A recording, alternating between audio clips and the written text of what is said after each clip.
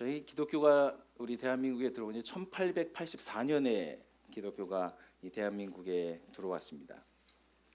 교회가 세워진 지 한 135년이 됐다고 볼 수 있을 것 같습니다. 한국 교회는 교회사적으로 볼 때 그 짧은 시간 동안 세계 교회가 놀랄 만한 엄청난 부흥을 경험했습니다.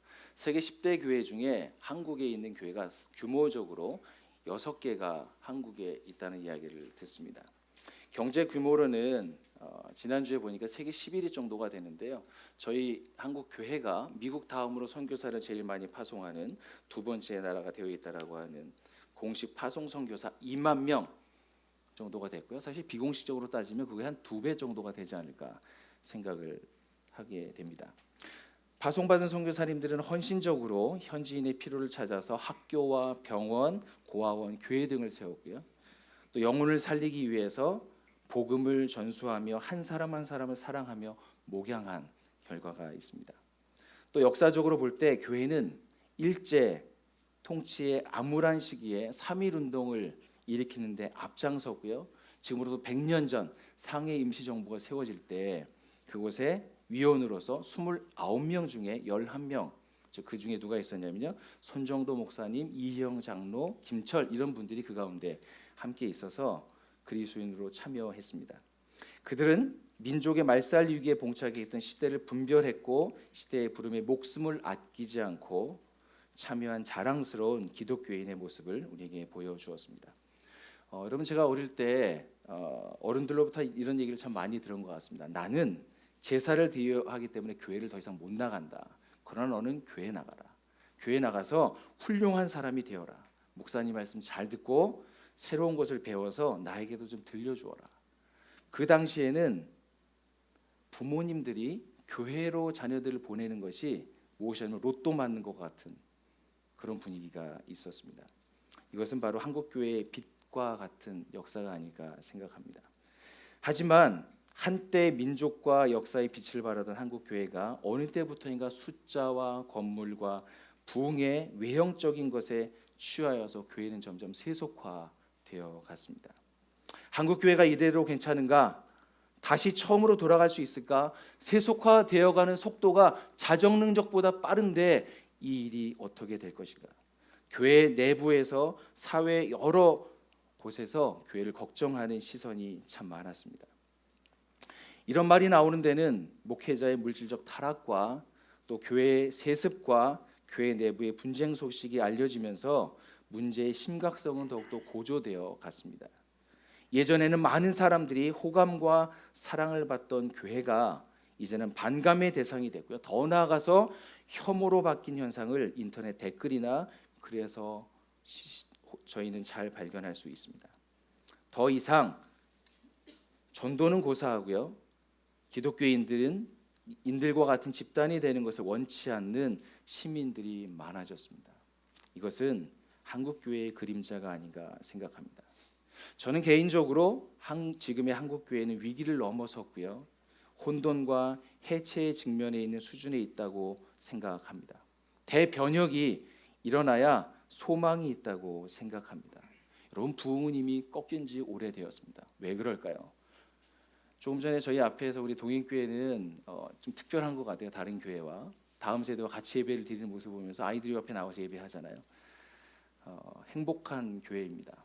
지금 한국 교회는 50%가 넘는 교회에 주일학교가 없습니다. 없는 교회에 미래가 없는 것이죠.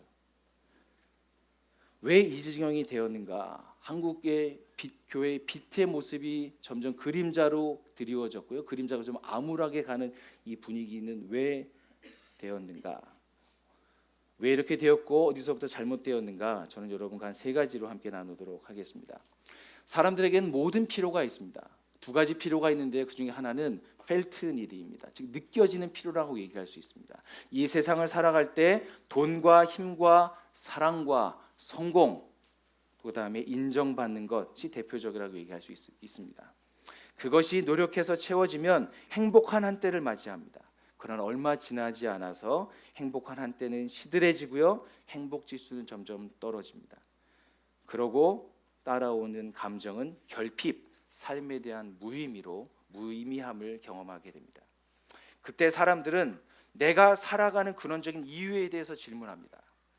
내가 이렇게 살아도 되는 것인가? 이건 아닌 것 같은데, 뭐 궁극적인 무엇인가가 빠져 있는데 라고 하는 그 근원적인 질문을 시작합니다. 그때 사람의 진정한 필요인 리얼 리드를 사람들이 찾습니다. 진리와 절대자 신에 대한 생각에 눈을 뜨게 되고요, 그 마음이 열리게 됩니다. 본질적인 질문에 답을 얻고 사람들이 기독교로 입문합니다. 정말 감격스러운 일입니다.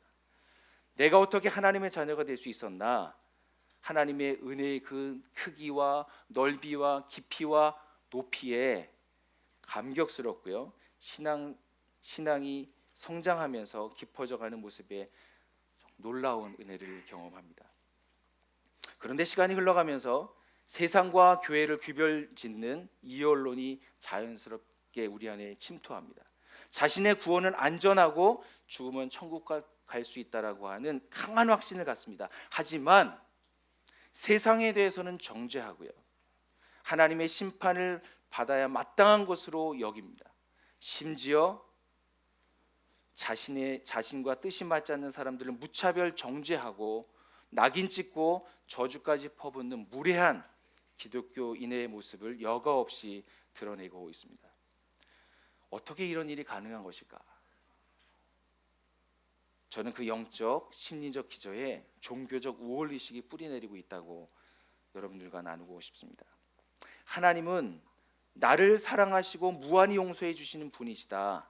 하나님은 내가 뜻하는 바를 이루어주는 요술램프의 진이처럼 나와 깊은 관계가 있다. 믿으면서 자신만의 하나님상을 만들어서 믿는 행위입니다. 즉 이런 현상은 자기애적 중심주의에서 기초한다고 이야기할 수 있습니다. 이렇게 종교 우월 의식에 젖어 있는 신앙은 개인주의 신앙을 강화하게 되고요, 또한 두 번째는 사회의 변화에 반응하지 않는 무관심으로 발전합니다. 그래서 두 번째는 사회의 변화에 무관심한 기독교인으로 나아갑니다. 여러분, 몇 년 전부터 우리 한국 사회는 많은 변화가 있습니다.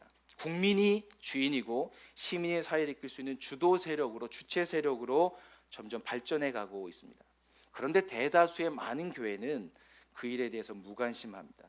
무관심할 뿐만 아니라 기득권을 소유한 교회는 과거에 내려온 권위주의 구조를 그대로 유지하거나 아니면 더 강화해서 문을 닫고요, 사회로부터 건강한 문제 제기를 받아들이지 않습니다. 그 결과 자기들만의 천국이 여기저기에서 만들어져 있는 것을 저희가 봅니다. 이유는 교회에서 자신의 의견을 개진하거나 건강하게 의견을 서로 나누고 조율하고 토론하는 것을 배워보지 못한 결과가 아닐까 생각합니다. 그래서 혹자는 이렇게 얘기했습니다. 기독교에는 선포는 있다, 하지만 대화가 없다. 예수 천당, 불신 지옥, 그냥 끝입니다.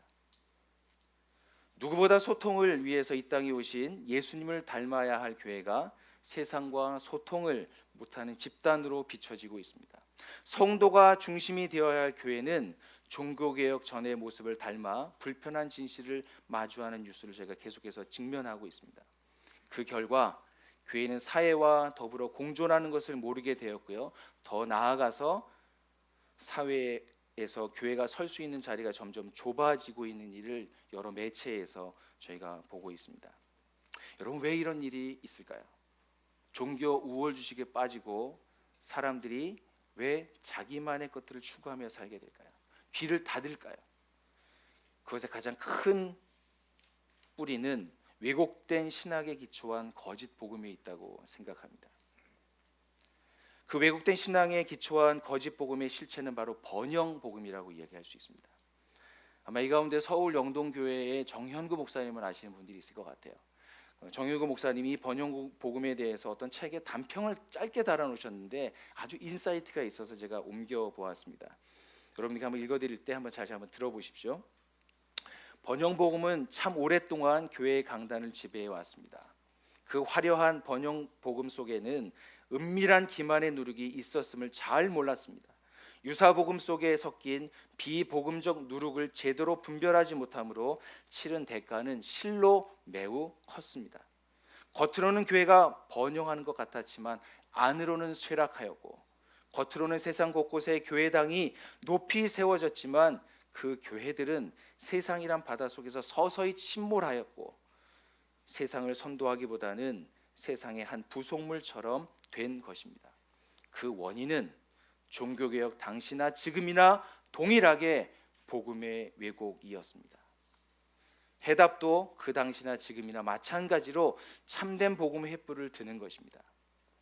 아주 통찰력 있는 이해이고요, 선명한 해결책을 제시했다고 봅니다. 여러분, 번영복음은 예수님이 가르쳐 주신 양으로 생명을 얻게 하고 더 풍성히 얻게 한다라고 하는 그것과는 전혀 다른 것입니다. 하나님 자신을 입신양명을 위하여 필요에 따라 이용하는 것에 불과한 것이 번영복음입니다. 번영복음에 빠지면요, 물질과 화려함 등의 노예가 되고요, 성경에서 말하는 하나님이 아닌 다른 신을 만듭니다. 결국 번영복음의 신앙은 우상숭배로 빠지기 때문에 그 결과는 구약의 예언서에 나타나는 이스라엘 백성과 같을 것입니다. 즉 하나님의 심판의 대상이 된다는 뜻입니다. 여러분, 한국교회가 왜 이 지경이 되었는가 다시 한번 정리해드리면, 종교개혁, 종교적 우월의식에 빠져 자기를 성찰하지 못했고, 사회의 변화에 무관심하고 자기 배만 불렸으며, 남들보다 더 많은 복을 추구하는 번영복음에 취해 역사 가운데 한국교회가 보여주었던 시대적 사명인 성각자의 기품과 총명과 풍모를 잃어버렸기 때문이라고 할 수 있겠습니다. 사랑하는 동행교회 우리 여러분, 우리 교회는 교회 안팎으로 참 어려움에 직면해 있습니다.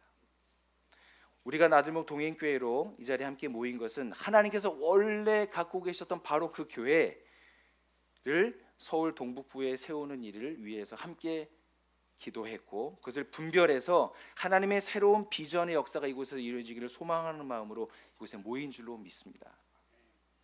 부족한 나를 기꺼이 들여서 진정한 하나님의 교회를 이 시대에 세우는 역할을 내가 지금 감당해 보겠다 하는 그 믿음으로 이 자리에 세워준 줄로 믿습니다. 제가 여러분들에게 이런 말 할 적인지 모르겠지만 여러분 정말 감사합니다. 고맙습니다. 이러한 교회가 세워지는 일을 위해서 여러분 기꺼이 헌신해 주셔서 감사합니다. 한번 인사해 볼까요? 좌우에 계신 분한테 함께 교회를 세울 수 있어서 감사합니다. 소울이 느껴지시나요? 네, 진정성이 느껴지시나요? 다시 한번 하겠습니다. 함께 교회를 세울 수 있어서 영광입니다. 네, 감사합니다. 네, 정말 이 귀한 자리에 함께 있는 것이 정말 영광입니다. 그런데 여러분, 질문이 남습니다. 우리가 이렇게 말한다고 건강하게 교회가 세워질 것인가? 어떻게 이 일을 가능하게 할 수 있을까? 이럴 때일수록 저희는 다시 본질로 돌아가야 합니다. 저는 그 본질을 마태복음 13장 예수님께서 비유하셨던 하나님 나라 비유에서 찾았는데, 우리 본문을 마태복음 13장 31절과 32절 말씀인데요, 짧은 두 절인데 우리 같이 한번 읽도록 하겠습니다. 시작. 예수께서 또 다른 비유를 들어서 그들에게 말씀하셨다. 하늘나라는 겨자씨와 같다. 어떤 사람이 그것을 가져다가 자기 밭에 심었다. 겨자씨는 서로보다 더 작은 것이지만 자라면 어떤 풀보다 더 커져서 나무가 된다. 그리하여 공중의 새들이 와서 그 가지에 깃들인다. 아멘. 여러분, 겨자씨를 한번 보신 적 있으신가요? 한번 보신 적 없으신가요 아직? 그래서 제가 준비했습니다. 보여드리겠습니다. 앞에 PPT 준비가 되어 있죠? 네, 보실까요? 겨자씨가 이렇게 생겨서 되게 커 보이죠? 근데 밑에 보시면 20mm 안에 저 많은 씨가 그 안에 들어갑니다.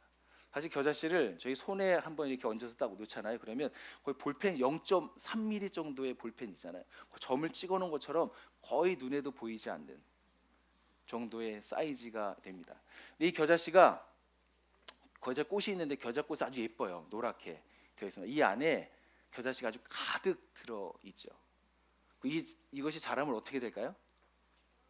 1.5에서 2m까지 환경이 좋으면 자랍니다. 이렇게 자란다고 그래요. 아주 작은 것이지만 수풀을 이룰 정도로 큽니다. 이거 관목이거든요, 겨자씨가. 그래서 수풀이라고 이야기합니다. 여러분 겨자나무는 우리에게 참 생소하고 저희가 지금 봤을 때 우와 하셨잖아요. 그만큼 우리 새롭게 보신 거잖아요. 근데 팔레스타인 지역에 가면 흔하디 흔하고요 널려 있는 것이 바로 이 겨자 수풀을 저희가 볼 수 있습니다. 그런데 예수님께서는 그렇게 흔하디 흔한 그래 널려 있는 것을 하나님의 나라는 겨자씨와 같다라고 말씀을 하셨던 거예요. 여러분 상상해 보세요. 많은 널려 있는 것들을 하나님의 나라라고 비유했을 때 그것을 들었던 제자들과 그 주변에 있었던 함께 있었던 사람들은 어떤 마음이 들었을까요? 저는 상상을 해보는데 뭐야 시시하게 저거 하면 널려 있는 거 아니야? 근데 그것이 하나님의 나라라고 볼 수 있기나 하는 거야? 하여튼 예수님의 기적을 경험했던 제자들과 그 많은 사람들은 실망했을 것으로 봅니다. 여러분 저라면요 하나님의 나라는 이런 곳입니다라고 얘기할 때 어떻게 얘기할 수 있을까요? 여러분 혹시 천국에 다녀왔다고 하는 간증을 한번 들어보신 적 있습니까? 그 정도로 해야 보여지지 않을까요? 천국에 가면 길이 보석으로 깔려 있고 집들이 이 세상에서 볼 수 없는 휘황찬란한 것으로 지어져 있어서 그 가운데 들어가면 번쩍번쩍하다라고 하는 얘기를 듣지 않습니까?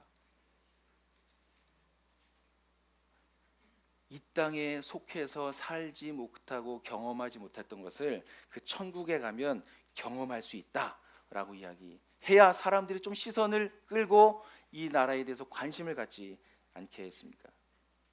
그런데 예수님은 그렇게 하지 않으셨습니다. 이것이 오늘 겨자씨 비유의 중요한 목적이라고 얘기할 수 있습니다. 여러분 예수님은 이 땅에 사람들이 갖고 있었던 천국에 대한 선입견을 지금 깨고 계십니다. 한 걸음 더 나아가서 기존 천국에 대한 가치관에 찬물을 끼얹고 계시고 그것에 대해서 실망시키고 계십니다. 즉 하나님의 나라를 이 땅에 속한 인식과 개념으로 이해할 수 없다고 우리에게 강력하게 말씀하고 있습니다.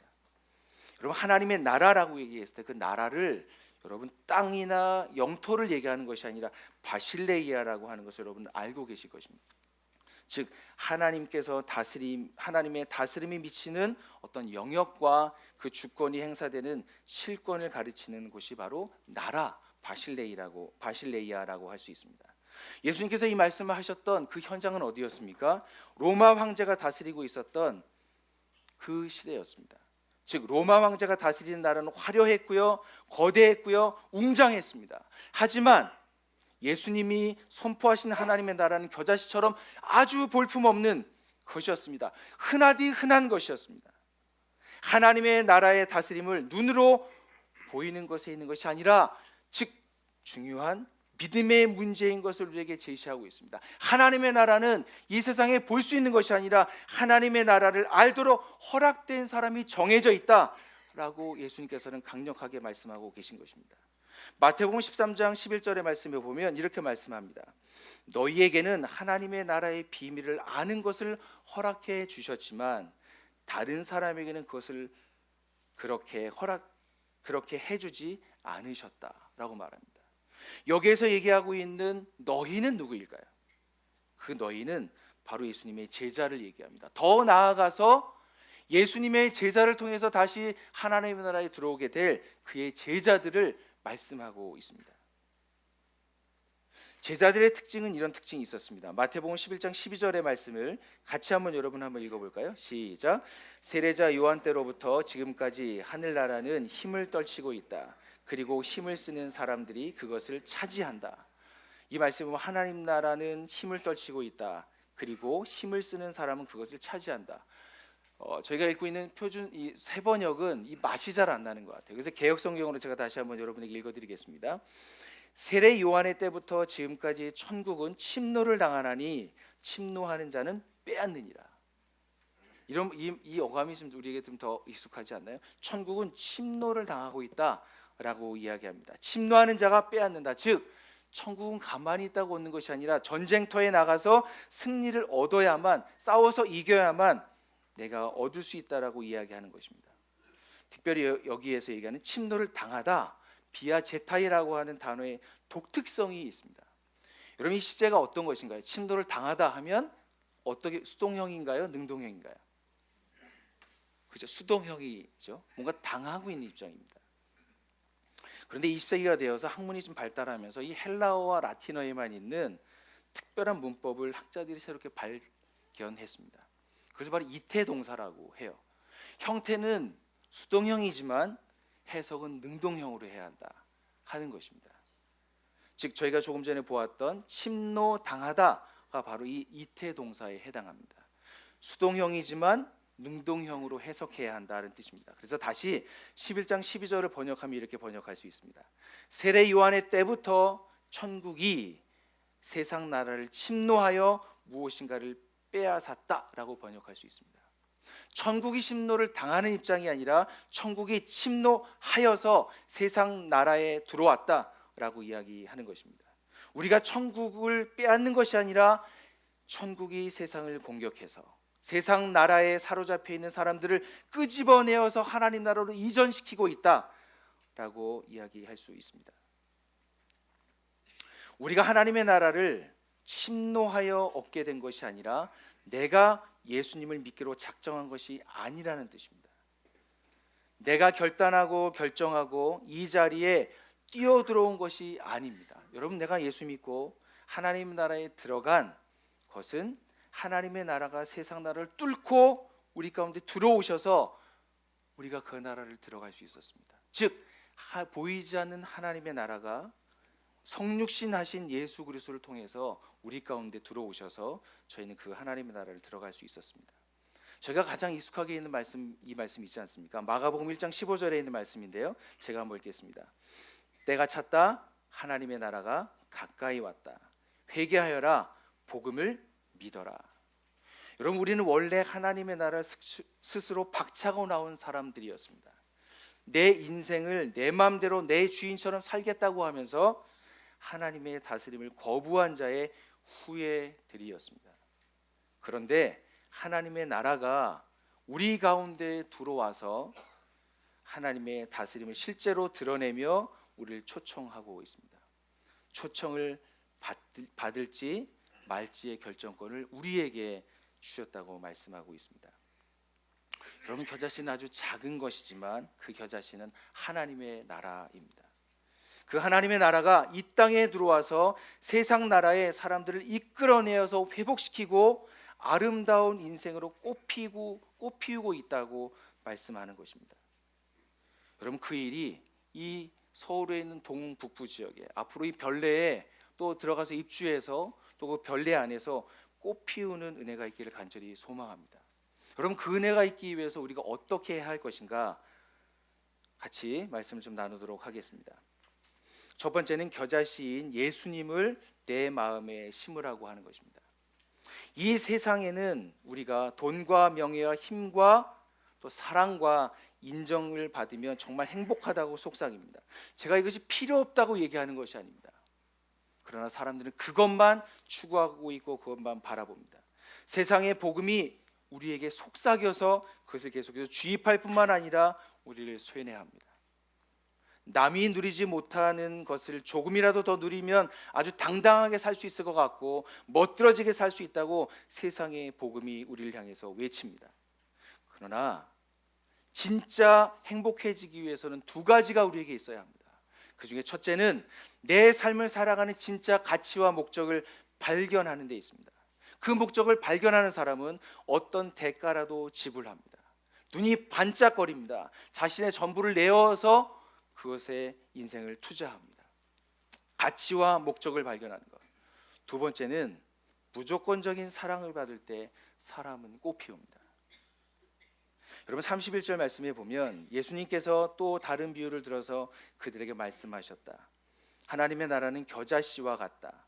어떤 사람이 그것을 가져다가 자기 밭에 심었다라고 말씀합니다. 특별히 여기에서 얘기할 때 겨자씨인 말씀을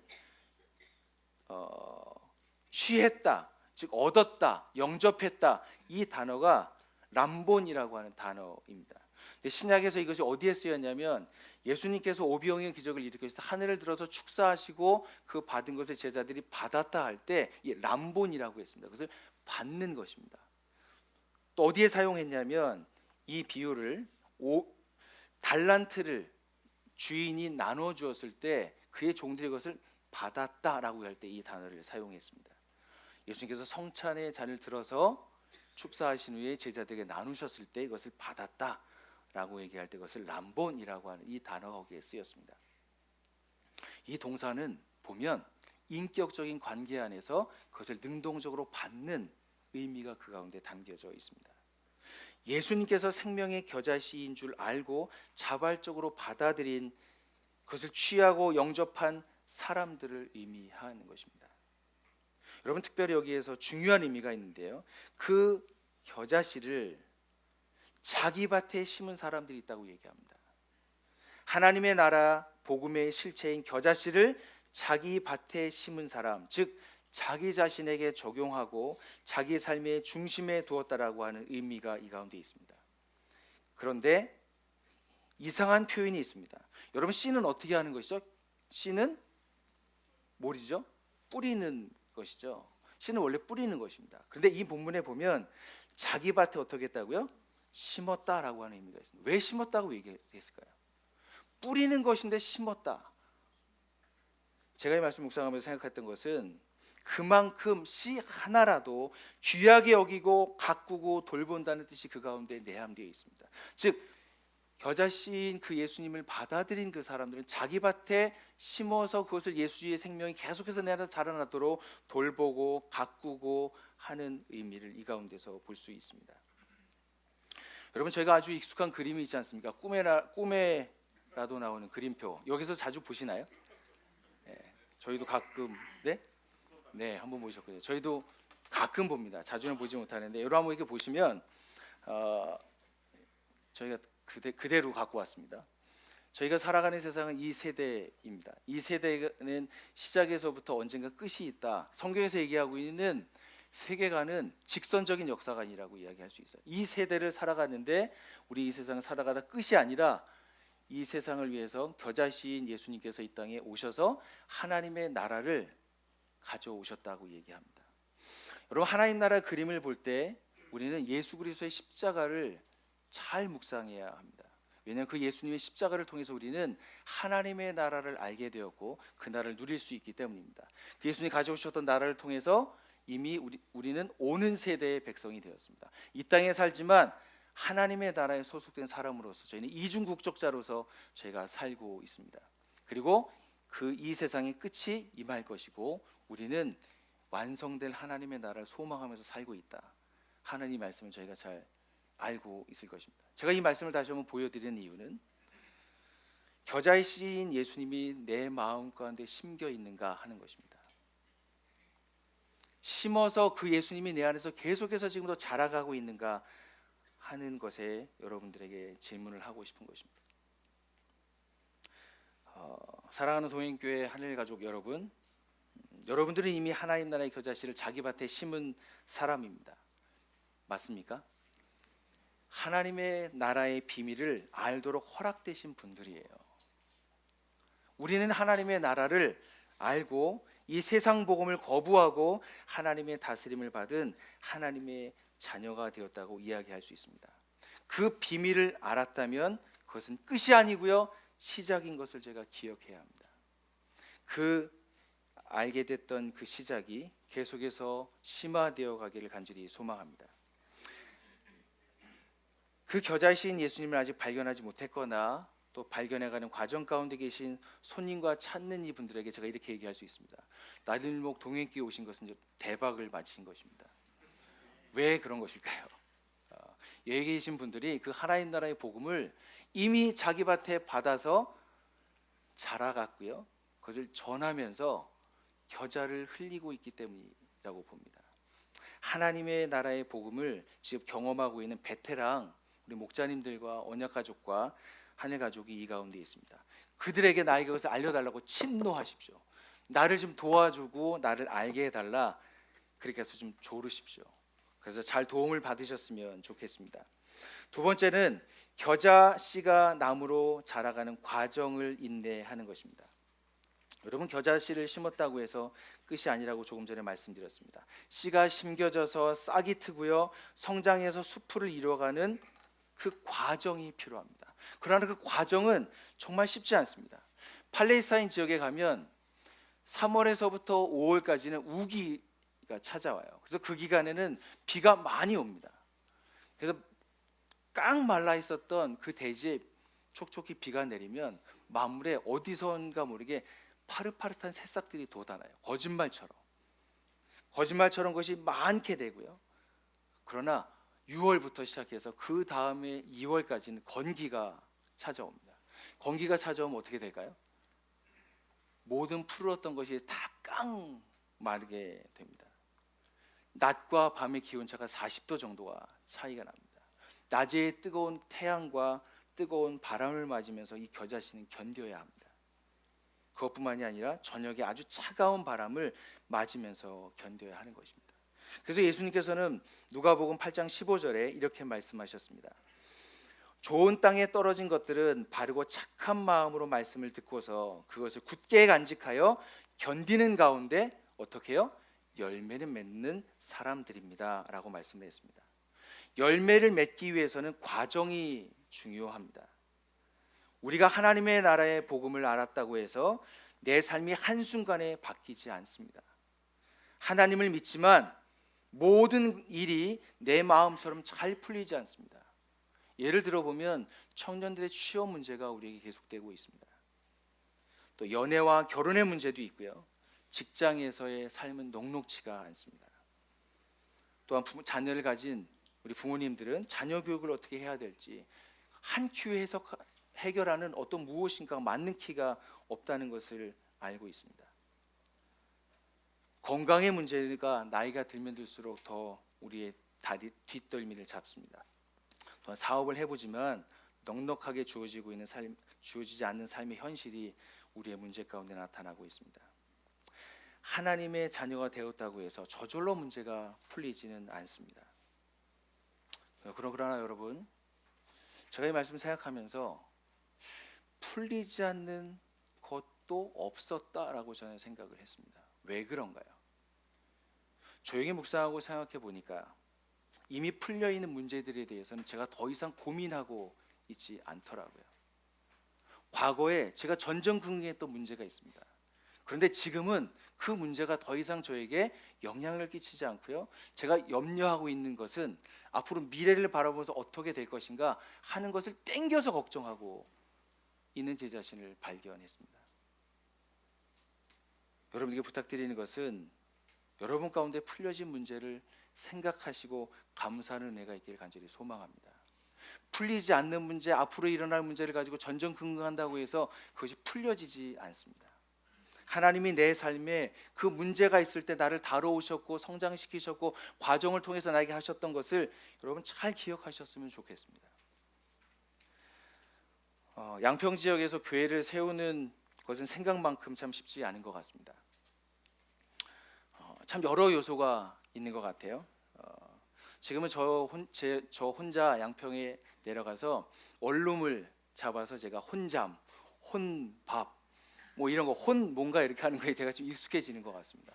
그래서 싱글로 살거나 홀로 이렇게 원룸에 사는 분들의 그 심경을 좀 이해하게 됩니다. 순간순간 그 마음이 외로움이 찾아오더라고요. 그래서 그분들의 마음을 참 많이 느꼈습니다. 근데 이 가운데 있는 한 목자님은 제가 그 양평으로 이제 혼자 가서 원룸을 얻는다고 했었을 때 되게 부럽다고 얘기했어요. 40대 로망이라고, 40대 중반의 남자의 로망이라고. 근데 저는 그게 잘 즐겨지지가 않더라고요. 교회를 세우면서 여러 가지 요소가 참 어려움이 있는 것들을 계속해서 경험하고 있는데 그 중에 하나가 저 자신 때문이라고 하는 것을 좀 많이 생각하게 되는 것 같습니다. 저 자신을 자책하거나 제 자신을 혐오하거나 그런 의미로서 말씀드리는 것이 아닙니다. 저는 나들목 교회에서 사역을 할 때 목양 사역자로 뼈가 굵었습니다.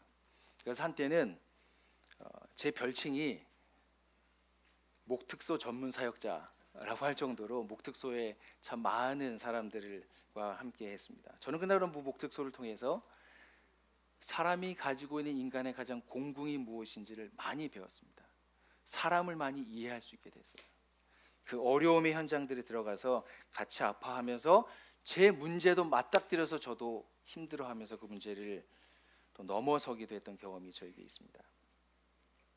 그런데 여러분 대표 목사가 되고 나니까요. 매주 설교를 해야 된다는 부담감이 저에게 아주 크게 다가왔습니다.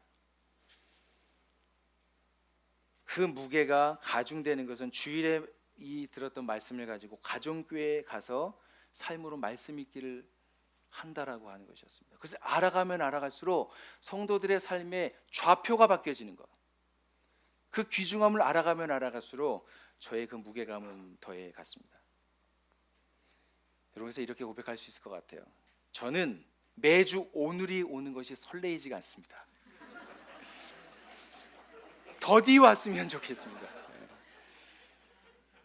누군가 대신해 줬으면 참 좋겠다. 김효봉 목사님 어떻게 하셨을까? 대표 목사님은 참 많이 생각하는 한때를 지나가고 있는 것 같습니다. 여러분, 그런데 제 안에 말하는 소리가 들립니다. 나는 너를 성장시키고 있다. 이 과정을 충실히 인내하여라. 낙심하지 말아라. 내가 임마누엘의 하나님이다 라는 음성이 제 안에서 들려와서 매주 한 주 한 주 살아가고 있는 것 같습니다. 저는 감사했습니다. 왜냐하면 부족하지만 나를 긍휼히 보시는 하나님께 정말 감사하는 마음을 가졌습니다. 더 나아가서 저의 부족한 말씀, 부족한 설교를 들으면서 매주 열심히 하나님의 나라의 복음을 살아내려고 하는 우리 양평에 있는 가족들, 저를 위해서 기도를 많이 하는 것을 제가 느낍니다. 저에게 설교는요, 겨자씨를 나의 밭에 심는 것과 같습니다. 심고 성장하며 숲을 이루는 진행형에 있는 것이 바로 저에게는 설교라고 할 수 있습니다. 여러분에게 겨자씨는 무엇인가 한번 묻고 싶습니다. 제가 가장 좋아하는 말씀인데요, 히브리서 10장 35절에서 36절이라는 말씀을 같이 한번 읽도록 하겠습니다. 시작. 그러므로 여러분의 확신을 버리지 마십시오. 그 확신에는 큰 상이 붙어 있습니다. 여러분이 하나님의 뜻을 행하고서 그 약속해 주신 것을 받으려면 인내가 필요합니다. 여러분, 가정교회는 견딤을 연습하는 훈련의 장입니다. 여러분, 다 가정교회 많은 분들이 소속해 계시고, 특별히 5교회 중에 동행교회에 미소가족이 많다는 이야기를 듣습니다.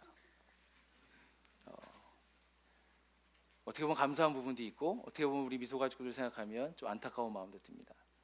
그런데 제가 경험했던 가정교회는 한 사람의 인격과 삶 전체를 변화시키는 견딤과 훈련의 장이라고 담대하게 말씀드릴 수 있습니다. 저는 나들목교회에서 목자로 15년을 섬겼습니다. 15년 섬기는 동안 4개의 가정교회를 함께 분가하는 은혜를 같이 누렸고요.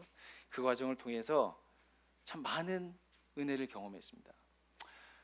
여러분에게 지금 와서 좀 솔직히 고백하는 건데, 어느 날은 가정교회가 정말 가기 싫은 날이 있었을까요, 없었을까요? 있었죠. 그래서 그런 날은 퇴근을 늦게 합니다. 되도록이면 사무실에서 늦게 나가요. 그리고 6호선을 타고, 저희 집은 상암동이었으니까 6호선 라인 쭉 타고 가다가 내리지 않습니다. 마포구청이나 월드컵 경기장 내려야 되는데 그냥 앉아 있습니다. 왜 그런가요? 6호선이 이렇게 순환하거든요, 한 바퀴. 순환하는 동안 그냥 마음을 턱 놓고 있다가 어쩔 수 없이 그냥 계속 지나갈까 말까 고민하다가, 그래도 그 다음에 월드컵 경기장에서 내려서 이제 늦게 가정교회를 간 적도 있습니다. 왜 그럴까요? 맞습니다. 너무 힘든 때가 있었던 거예요. 한동안은 가정교회에 너무 많은 일들과 상처, 어려움들이 있어서 제 아내와 가정교회에 대해서 한 1년 이상을 함께 더 깊은 얘기를 못했던 때도 있기도 했습니다. 저는 이렇게 얘기했습니다. 사역자는 할 수 있는데 가정교회 목자는 하고 싶지 않다. 사역자가 이런 말을 해도 되는지 모르겠습니다. 그래서 저는 우리 성도, 우리 목자님들이 정말 대단하다고 생각합니다. 여러분, 우리 모두는 자신이 있어서 목자를 하거나 가정교회에 들어가 있지 않습니다. 그 가정교회는 나를 훈련하고 견디는 훈련의 장이라고 하는 것을 여러분들이 잘 기억하셨으면 좋겠습니다. 제가 설호교회에 가니까요, 저와 15년 함께하고 있었던 어떤 자매가 그때 아주 겨자씨와 같이 처음에 시작할 때는 아주 어렸는데 지금은 숲을처럼 아주 잘 자라서 목자를 하고 있는 모습을 보면서 제가 깊이 있는 감동을 받았습니다. 새로운 가족이 그 가운데 들어와 있고요. 싱글로 목자를 하는데 아직 남편이 찾는 일이 있지만 거부하지 않고 사람을 품어가는 모습에 너무 깊은 감사가 있었습니다. 서로 교회에서 세례자가 나오고 또 가정교회가 근데 잘 자라가고 있는 모습을 보면서 하나님께서 일하시는 일은 참 신묘막측하구나 하는 것을 깨달았습니다. 마지막으로 여러분과 함께 나누고 싶은 말씀은 겨자씨 DNA로 이루어진 공동체를 계속해서 세워가자고 말씀드리고 싶습니다. 32절 말씀 우리 마지막인데요. 같이 한번 읽어보겠습니다. 시작. 겨자씨는 어떤 씨보다 더 작은 것이지만 자라서 어떤 풀보다 더 커져서 나무가 된다. 그리하여 공중의 새들이 들어와서 가지에 깃들인다. 겨자씨는 아주 작은 것이지만 크게 자라면 2m 정도의 숲풀로 자랍니다. 어떤 풀보다 더 커져서 나무가 된다라고 이야기합니다. 그래서 여기서 표현된 나무라고 하는 헬라어 원어가 여러분 덴드론이라고 하는 표현이에요. 이 덴드론은 숲풀에 비유할 때 단어를 쓰지 않고요. 진짜 기둥이 단단한 나무를 얘기할 때 덴드론이라고 하는 단어를 헬라어에서는 사용하고 있습니다. 겨자씨가 싹이 나고 자라서 겨자나무가 되었다라고 말씀합니다. 이 비유의 핵심은 이것입니다. 겨자씨처럼 눈에 띄지 않을 정도로 작은 시작이었지만 그 끝은 나무로 성장해 있는 엄청난 결과를 대조시키는 데 그 비유의 목적이 있습니다. 자신의 능력으로, 겨자가 가지고 있는 능력으로 환경이 좋으면 1m에서 2m까지 자라는 것이 한계이지만 그러나 하나님의 나라인 그 겨자씨는 3m, 4m 자라서 기둥이 단단한 나무로 자라고 있는 모습을 우리에게 상징적으로 보여주고 있습니다. 특별히 맨 마지막에 말하고 있는 가지에 깃들인다라고 하는 단어가 아주 의미심장합니다. 깃들인다라고 하는 단어의 의미는 안전하다, 영속적인 거처를 의미합니다. 이것을 우리가 알아듣기 쉽게 비유한다면 월세를 얘기하는 것이 아닙니다. 전세가 아니에요. 뭘까요? 자가입니다. 자가. 내 집입니다. 방 뺄 이유가 없는 것입니다. 깃들이는 것입니다. 즉 겨자나무에 깃들인 새들은 세상에서 방황하고 거처가 없는 나그네 인생들을 의미합니다. 그들이 깃들어서 그곳에서 영원히 영속적으로 거처를 정해서 사는 것을 의미합니다. 에스겔 우리 선지자도 17장 23절 이런 말씀을 했는데요. 제가 말씀 읽겠습니다. 이스라엘의 높은 산 위에 내가 그 가지를 심어 놓으면 거기에서 가지가 뻗어 나오고 열매를 맺으며 아름다운 백향목이 될 것이다. 그때에는 온갖 새들이 그 나무에 깃들이고 온갖 날짐승들이 그 가지 끝에서 보금자리를 만들 것이다. 구약에도 이런 말씀입니다. 가지를 하나 꼽았는데 백향목처럼 자라서 그 날짐승들이 그 가운데 깃들게 되고 보금자리로 삼는다라고 말씀하고 있습니다. 어떻게 겨자씨가 수없이 많은 새들이 날아와서 둥지를 틀 수 있었을까 하는 데 의문이 생깁니다. 그것은 바로 겨자씨가 심겨진 밭의 주인이 누구인지 알면 가능합니다. 그것은 바로 농부이신 하나님을 의미합니다. 이 농부는 그 밭에 심겨진 겨자씨의 병충해를 막아주고 건강하게 자라도록 계속해서 보살핍니다. 겨자씨는 농부의 다스림을 받으면서 계속해서 싹을 틔우고 건강하게 자라서 나무로 자라는 것입니다. 즉 농장의 주인이신 하나님의 돌봄을 받으면서 말이죠. 여러분 우리는 겨자씨처럼 세상에서 작고 흔하고 관심도 받지 못하는 존재일 수 있습니다. 지극히 평범하고요 특별한 것 하나 없는 존재로 여겨질 때도 있을지 모르겠습니다. 세상이 나의 가치를 몰라줘서 속상하고 이리저리 치이면서 심경이 편할 날이 없는 날도 많을지도 모르겠습니다. 그러나 그러한 겨자씨 같은 인생인 우리를 주님의 나라에 심어주시고 자라도록 주님이 돌봐주십니다. 그래서 내가 될 수 있는 경험, 지식과 한계와 능력을 넘어서서 새들이 깃들 수 있는 그 나무로 자라게 되는 것입니다. 그런 사람들은 이야기합니다. 나는 겨자씨처럼 작은 것에 집중할 수도 있습니다. 그러나 그 겨자씨는 거기서 죽어서 끝나는 것이 아니라 자라서 나무가 된다라고 하는 것을 여러분 상상력을 한번 발휘해 보십시오. 내가 어떻게 자라갈 것인가. 나들목 교회는 한 개의 가정교회로 시작해서 교회가 세워졌습니다. 18년이 지난 후에 5교회로 분교했고요, 분립했습니다. 하나님의 모략인 하나님 나라의 복음의 기초에서 부지런히 자라기를 멈추지 않았고요, 그 값비싼 대가를 지불했던 선배들이 있었기 때문에 가능했습니다.